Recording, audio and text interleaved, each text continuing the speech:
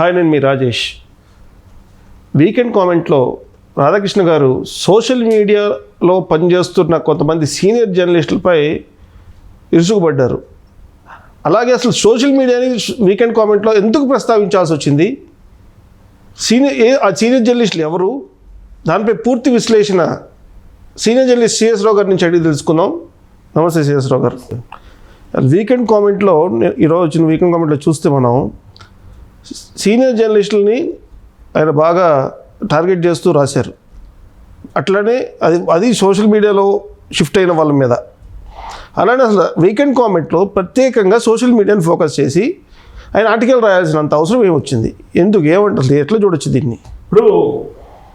ఇప్పుడు రాసిన లేటెస్ట్ ఆదివారం రాసినటువంటి వీకెండ్ కామెంట్ బై ఆర్కే కనుక మొత్తం చదివితే ఆయన సోషల్ మీడియా మీద ఆయనకున్నటువంటి వ్యతిరేకత అనేది వ్యక్తపరిచారు. దాంట్లో అది చాలా క్లారిటీగా అర్థమైంది నాకు. ఎందుకు ఆ విధంగా వ్యతిరేకత వ్యక్తపరిచారు, ఏ యాంగిల్ వ్యక్తపరిచారు అని అంటే, మే 11వ తారీఖున ఆంధ్రాలో జరిగినటువంటి పోలింగ్ అందరికీ తెలిసిందే. దాని మీద అనేక మంది సర్వేలు ఇస్తున్నారు, అనేక మంది అభిప్రాయాలు వ్యక్తం చేస్తున్నటువంటి క్రమంలో ఆయన ఏంటంటే సోషల్ మీడియా రకరకాల అభిప్రాయాలు వ్యక్తం చేస్తుంది. సోషల్ మీడియా అనేది ఒక రకంగా చెప్పాలంటే అది బురద అన్నట్టుగా రాశారు.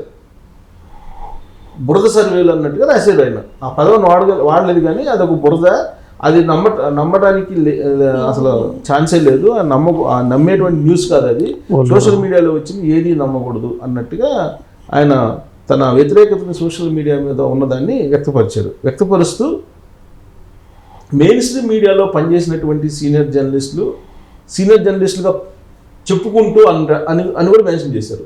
సీనియర్ జర్నలిస్టుగా చెప్పుకుంటూ సోషల్ మీడియాలో విశ్లేషణలు ఇస్తున్నారు, ఎలాంటి నిజాలు లేకుండా కూడా అన్నట్టుగా ఆయన ఎక్స్పోజ్ చేశారు. బహుశా ఆయన మెన్షన్ చేసినటువంటి పేర్లలో నాకు అనిపించింది ఏంటంటే, మెయిన్ స్ట్రీమ్ మీడియాలో పనిచేసి ఒక స్థాయిలో ఉండి సోషల్ మీడియాలోకి వచ్చినటువంటి వాళ్ళు ఎవరు అనేది మనం మార్కెట్లో చూస్తే 3 పేర్లు కనపడుతుంటాయి. బహుశా ఆయన నా గురించి కూడా బహుశా మెన్షన్ చేశారు ఇండైరెక్ట్గా, నాకు తెలియదు, ఐ డోంట్ నో. నేను కూడా అనుకుంటున్నాను అదే గుమ్మడికాయలు దొంగ భుజాలు దొరుకుతున్నట్టు నేను కూడా దొరుకుకోవాల్సి వచ్చింది ఆయన ఆర్టికల్ చదివితే.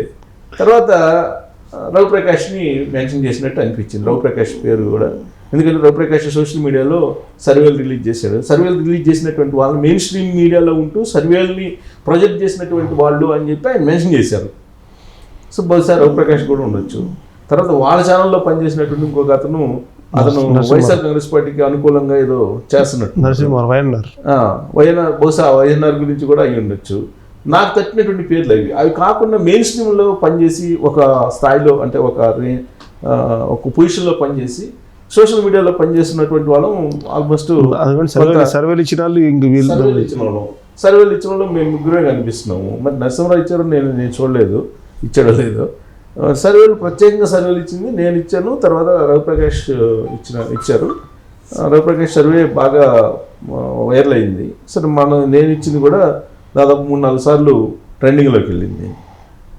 లేదా మేము కాకుండా ఏమన్నా వేరే వాళ్ళు సోషల్ మీడియాలో ఇప్పుడు ఆల్రెడీ ఆయన మెన్షన్ చేసింది ఏంటంటే, అటు వైఎస్ఆర్ కాంగ్రెస్ పార్టీ, ఇటు తెలుగుదేశం పార్టీ వాళ్ళకి డజన్ల కొద్దీ సోషల్ మీడియా ఛానల్స్ ఉన్నాయి అని చెప్పి మెన్షన్ చేసి, బహుశా ఆ ఛానల్స్కి సంబంధించినటువంటి వాళ్ళని ఏమన్నా దృష్టిలో పెట్టుకుని ఆయన రాశాడో తెలియదు. సరే, ఇంతవరకు రాశారు, బాగానే ఉంది. సోషల్ మీడియా అనేది అసలు అది జీరో నాలెడ్జ్ అన్నట్టుగా రాశారు. సోషల్ మీడియాలో ఎలాంటి ఇన్ఫర్మేషన్ లేకుండానే ఏదో గాలి కబుర్లని మూట కట్టి చెబుతాను అన్నట్టుగా ఆయన మెన్షన్ చేశారు. ఇదే సోషల్ మీడియా వాళ్ళకు కూడా ఉంది కదా, రాధాకృష్ణగా ఆల్రెడీ ఉంది కదా, మెయిన్ సోర్స్ అదే కదా. అసలు మెయిన్ సోర్స్ ఇప్పుడు గత 2019 నుంచి ఇప్పుడు దాకా ఆయన ఆర్గనైజేషన్ నడుస్తుందంటే సగం సోషల్ మీడియాని బేస్ చేసుకుని నడుస్తుంది. అది మరి సోషల్ మీడియా ఆయనకి ఉందిగా, ఆయనకంటే శాటిలైట్ ఉంది కాబట్టి ఆ శాటిలైట్ రిలేటెడ్గా ఉండేటువంటి సోషల్ మీడియా కదా. ఒక్కసారి సోషల్ మీడియాని బంద్ చేసేసి రాధాకృష్ణ గారిని ఒక ఛానల్ ఒక్కటే నడపమనండి, అప్పుడు తెలుస్తుంది. ఒకటి. సోషల్ మీడియా వాల్యూ ఏంటి అనేది తెలిసింది. రెండేంటంటే సోషల్ మీడియాలో వచ్చినటువంటి న్యూస్ని మెయిన్ మీడియా ఇవాళ వేసుకుంటున్నట్టు పరిస్థితి, టెలికాస్ట్ చేసుకుంటున్నట్టు పరిస్థితి వచ్చింది. ఇప్పుడు వెబ్సైట్లు సోషల్ మీడియా లేకపోతే మెయిన్ మీడియా అసలు న్యూస్ ఇవ్వగలదా? రాధాకృష్ణ గారు గుండె మీద చేసుకుని ఆలోచించి అది రాస్తే బాగుండేది. అంటే నేనేదో ఆయన విమర్శించాడని చెప్పడం కాదు, వాస్తవాలు చెప్తున్నా. సరే, ఆయన ఎవరి విమర్శలు వాళ్ళు చేసుకోవచ్చు. నేను ఎలాగైతే రాధాకృష్ణ రాసిన ఆర్టికల్ నేను ఎలాగైతే విశ్లేషణ చేసి నాకున్నటువంటి అభిప్రాయాలను వ్యక్తం చేస్తున్నానో, రాధాకృష్ణకు ఉండేటువంటి అభిప్రాయాన్ని ఆయన వ్యక్తం చేశాడు. దాంట్లో తప్పు లేదు, దాన్ని నేనే తప్పు పట్టున్నా. అంటే రియాలిటీ చెప్తున్నా. ఇప్పుడు వెబ్సైట్లు తర్వాత యూట్యూబ్ మొత్తం బంద్ చేసేసి, సోషల్ మీడియా కంప్లీట్ బంద్ చేసేసి ఛానల్ నడపమంటే ఎంతమంది నడపగలరు? 24 hours channels. 24 hours channels social మీడియాలో వస్తున్నటువంటి న్యూస్ని బేస్ చేసుకొని సపరేట్ ప్రోగ్రామ్స్ క్రియేట్ చేసుకొని టెలికాస్ట్ చేస్తున్నారు కదా. మరి అంత అబద్ధం, చెత్త, బురద అయినప్పుడు అది ఎందుకు ఇది చేస్తున్నారు? అది చేయకూడదు కదా. ఇంకోటి ఏంటంటే చాలా ఇంపార్టెంట్ పాయింట్, తెలంగాణలో జరిగిన ఎన్నికల గురించి కూడా ఆయన మెన్షన్ చేశారు. దాంట్లో తెలంగాణలో కేసీఆర్ మొత్తం మీడియాని క్యాప్చర్ చేశారు, సోషల్ మీడియాని కూడా చాలా వరకు క్యాప్చర్ చేశారు, మెయిన్ మీడియాని కూడా క్యాప్చర్ చేశారు. ఎవరు ఉన్నట్టు తమ స్థాయిలో చేయలేదు. ఇప్పుడు రాధాకృష్ణ తన ఏబిఎన్ నెట్వర్క్ ఉన్నాయి కదా, వాళ్ళు కూడా చేయగలిగినంత ఏం చేయలేదు ప్రభుత్వానికి వ్యతిరేకంగా. ఇక్కడ వ్యతిరేకంగా మీన్స్ ప్రజలు ఏవైతే కోరుకుంటున్నారో ఆ స్థాయిలో మేము ఎక్స్పెక్ట్ చేయలేదు వాళ్ళు. కాకపోతే మిగతా వాళ్ళ కన్నా బెటర్ అంతే. కానీ చేసింది ఎవరు తెలంగాణలో? Social media. కేసీఆర్ కోసాలు కదిలిచ్చింది ఎవరే అంటే సోషల్ మీడియా. సోషల్ మీడియా అంత బురద లేదా అంత చెత్త అయినప్పుడు మరి కేసీఆర్ని అధికారం నుంచి దించడంలో సోషల్ మీడియానే కదా ప్రధాన పాత్ర. ఆ విషయాన్ని కేటీఆర్ చెప్తున్నాడు కదా. మేము కాళేశ్వరం కట్టకుండా ఒక 20-23 యూట్యూబ్ ఛానల్స్ పెట్టుకుంటే మేము మళ్ళీ గెలిచిండే వాళ్ళు మూడోసారి అని చెప్పి చెప్తున్నాడు. అంటే దాని పవర్ ఏంటో అనేది కేటీఆర్కి అర్థమైంది కదా.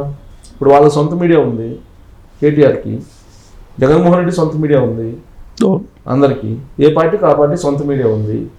మరి సోషల్ మీడియా అని కట్టడి చేయాలని ఎందుకు అనుకుంటున్నారు?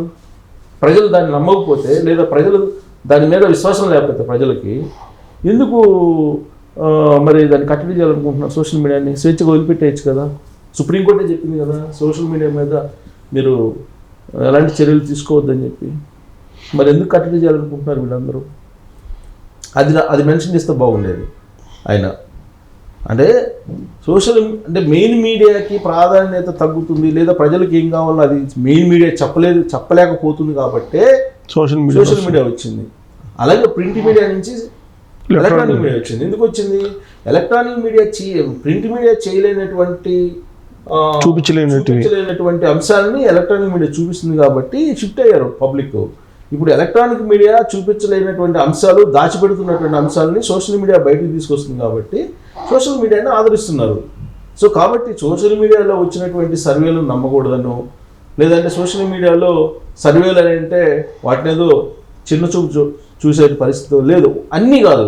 అంటే కొంతమంది ఓకే ఇంట్లో కూర్చొని ఏదో మారుస్తూ ఉంటారు. బట్ ఇప్పుడు మనం కొన్ని సర్వేలు చేసాము. మన సర్వేలు చేసి ఆర్గనైజేషన్స్, కొన్ని రెప్యుటేటెడ్ ఆర్గనైజేషన్స్ వాళ్ళు ఇచ్చినటువంటి సర్వేలనే చేసాం. మన సొంత సర్వేలు ఏం చేయలేదు. రెప్యుటేటెడ్ ఆర్గనైజేషన్స్ ఇచ్చినటువంటి సర్వేలే మనం ప్రొజెక్ట్ చేసాం. బహుశా నేను కూడా మన గురించి కాదు, ఎందుకంటే మనం ఏ పార్టీతో అఫిలియేట్ కాదు కాబట్టి. జనరల్గా ఆయన ఏదో పార్టీకి అఫిలియేటెడ్ అయినటువంటి సోషల్ మీడియా గురించి ఆయన మెన్షన్ చేసినట్టున్నారు. బట్ ఆయన మెన్షన్ చేసిన ఒక ఎత్తు అయితే సోషల్ మీడియాని ఆయన కొంచెం చిన్నగా చూస్తున్నాడు అనిపిస్తుంది. అది చిన్నగా చూడాల్సిన అవసరం లేదనేది నా అభిప్రాయం. ఓకే థ్యాంక్ యూ సిఎస్ రావు గారు. Thank you.